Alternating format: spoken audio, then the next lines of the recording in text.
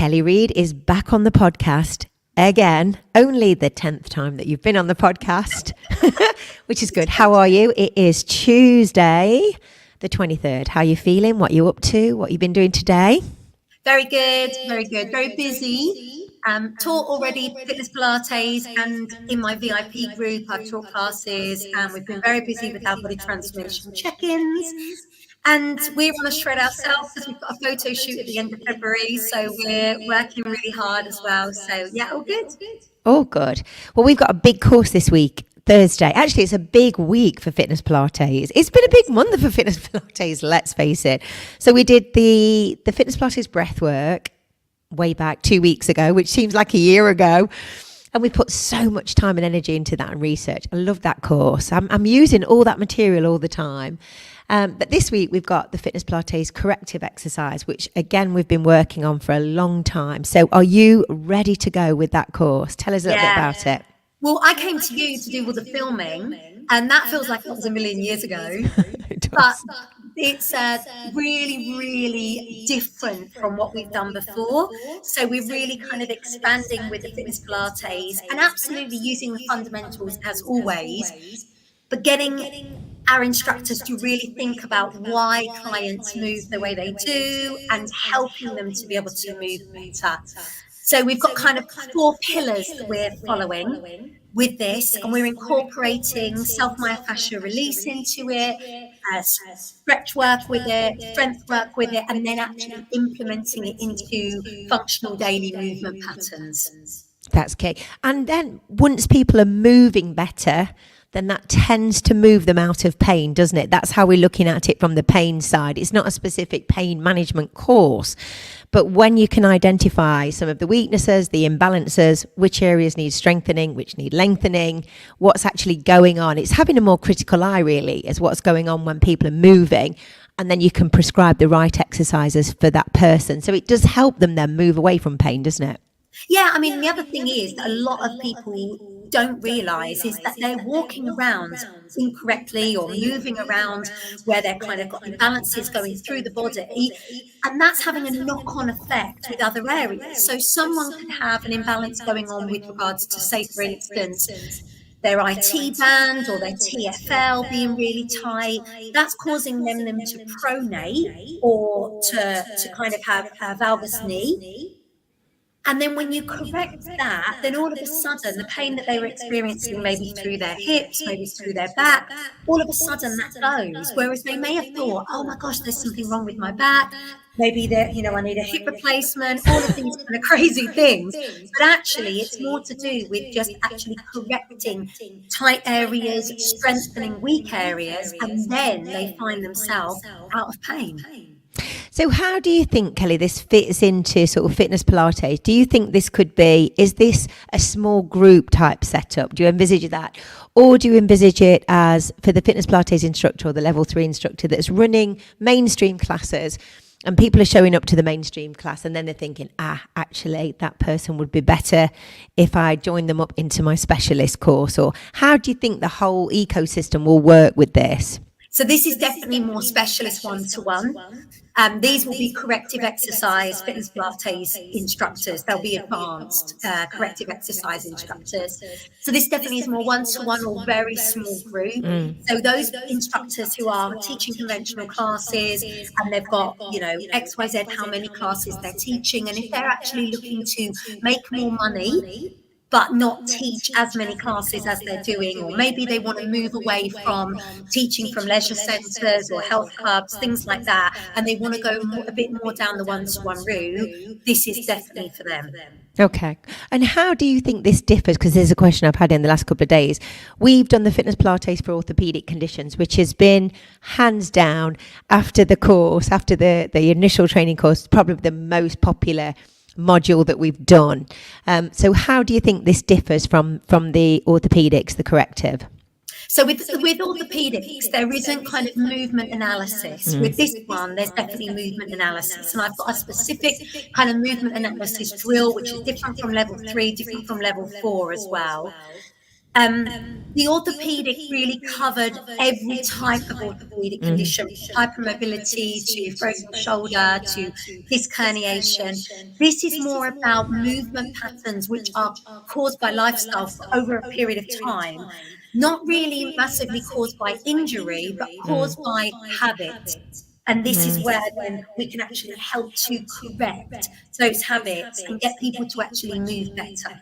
Okay, so I'm coming along to your specialist class, Kelly. Your corrective, you're doing me a movement screen. So we're going to go through what the movement screen actually is, and then you're going to look at my pelvis and my knees and how I walk and my shoulders.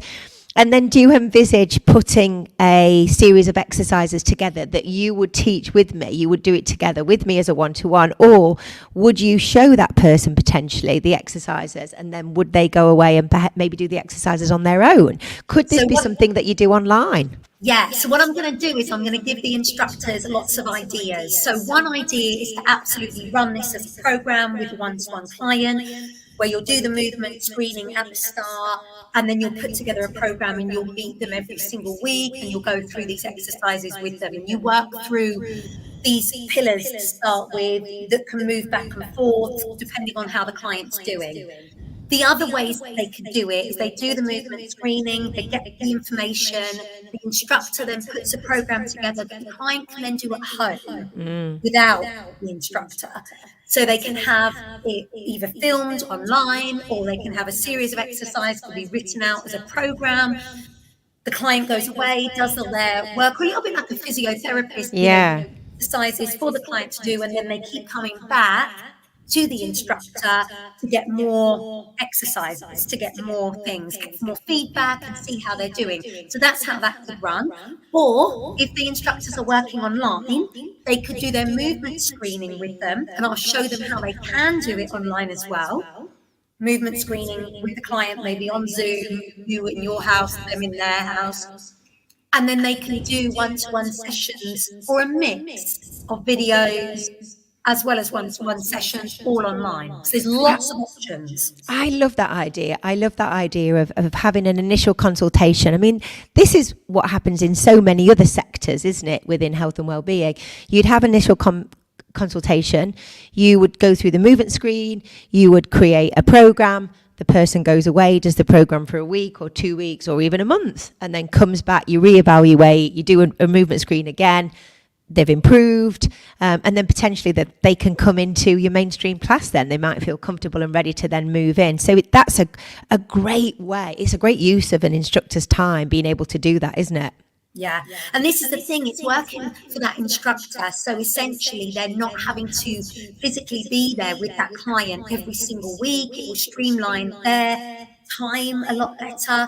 They'll have, time to be able to put their programs together, maybe have a series of videos that are already filmed with specific exercises for the client to do, short little snippet videos, which is I'm going to recommend to all the instructors, where they can work on whether the client pronates or not, or whether or not, like I said, they're experiencing valgus knee, or maybe they're experiencing the foot turn out as they're squatting and they need to then recorrect with that. Then we can give them a series of different things that they can work on for a set period of time, and then they can come back to the instructor and get more. And that can go on for 12 months if necessary. I really like that idea. I think it's really thinking out of the box with your knowledge and your time. It really is. I really like that idea. I'll give you another example. So I'm a Fitness Pilates instructor. I'm probably not going to go down the one-to-one route. Maybe it's not my thing, not my passion, but I do want to introduce a lot of these ideas maybe into my mainstream. Maybe I have a mainstream class where we teach. I've got quite a small group potentially. Maybe they're regulars, and I'm just looking to tweak things and get a little bit more specialist.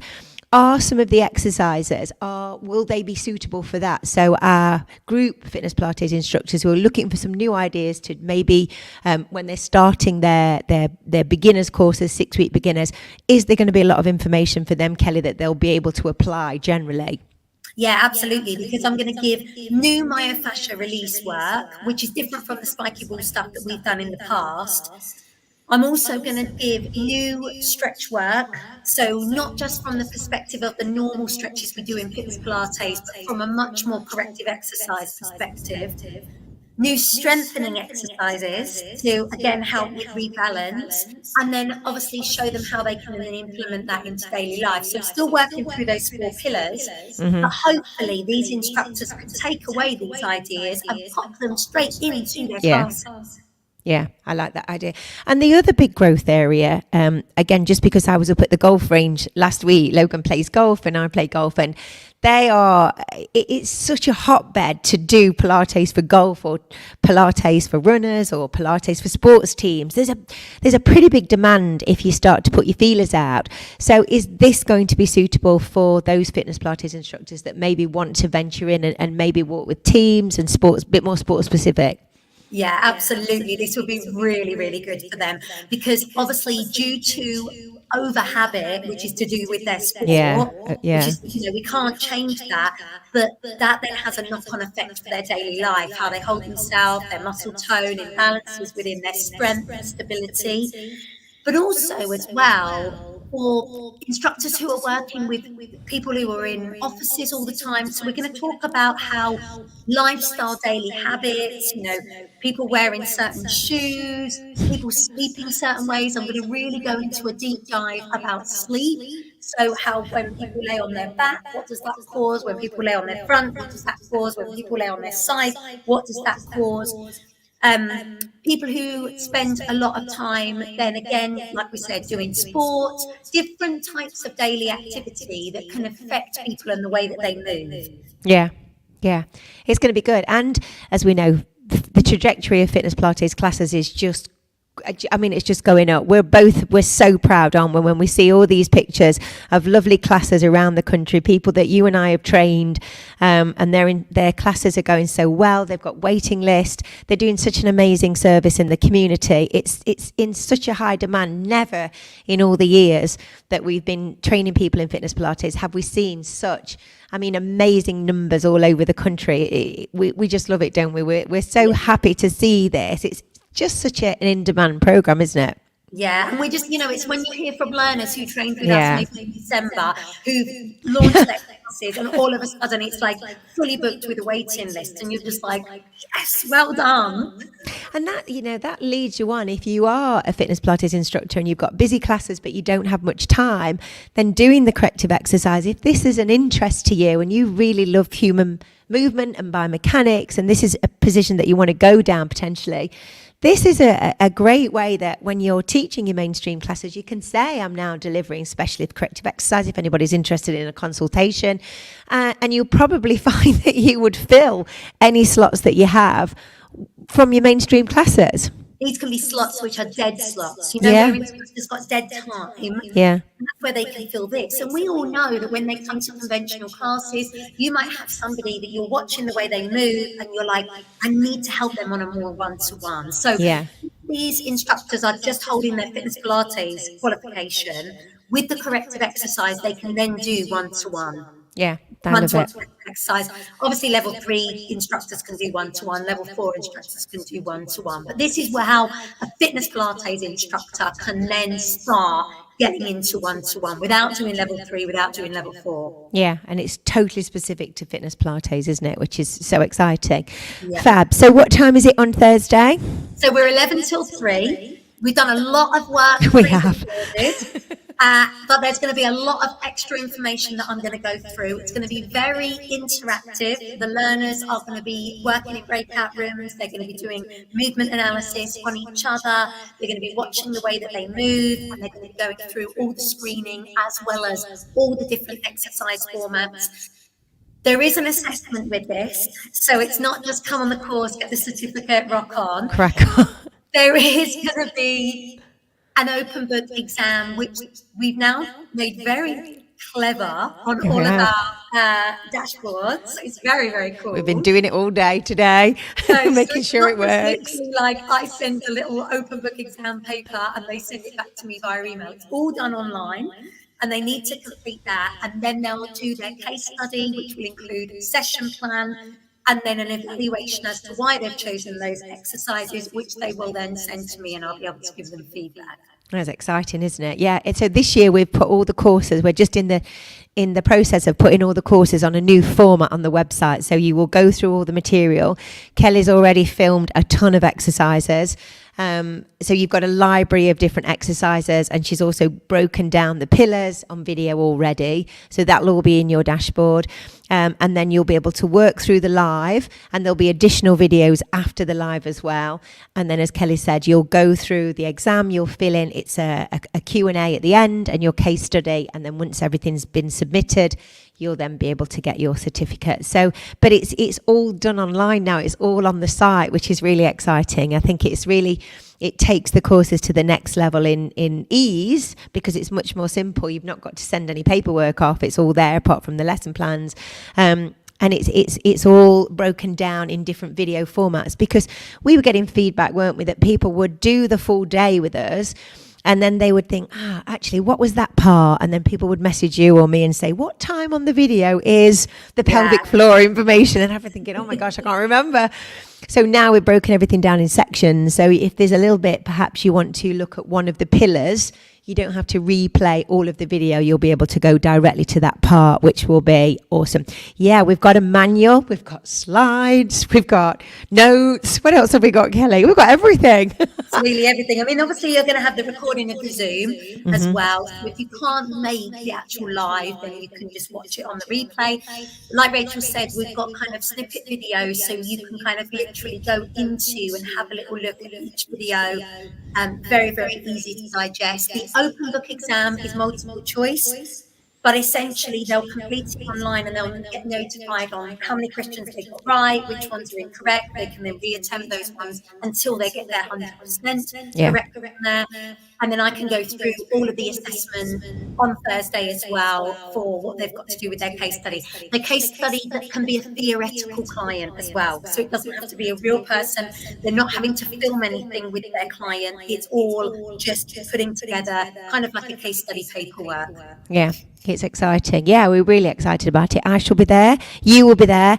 So if anybody's got any questions, please fire them over to Kelly or I. Everybody's in the chat going, sounds good. Yes, there's a manual. Yes, hiya. People saying they enjoyed the orthopedic. Fantastic. I'm glad you did. So hopefully you'll join us. And this is the new format for our courses now. We'll be running them all live, as we always do. All the new ones will all be live, but there'll also be pre-recorded elements to all the courses. And you'll do all of the exams online, the Q&A at the end. So then you can go through and get your certificate from there. So it's super professional and easy for everybody. So there we go. So thank you. Just as my ring doorbell goes.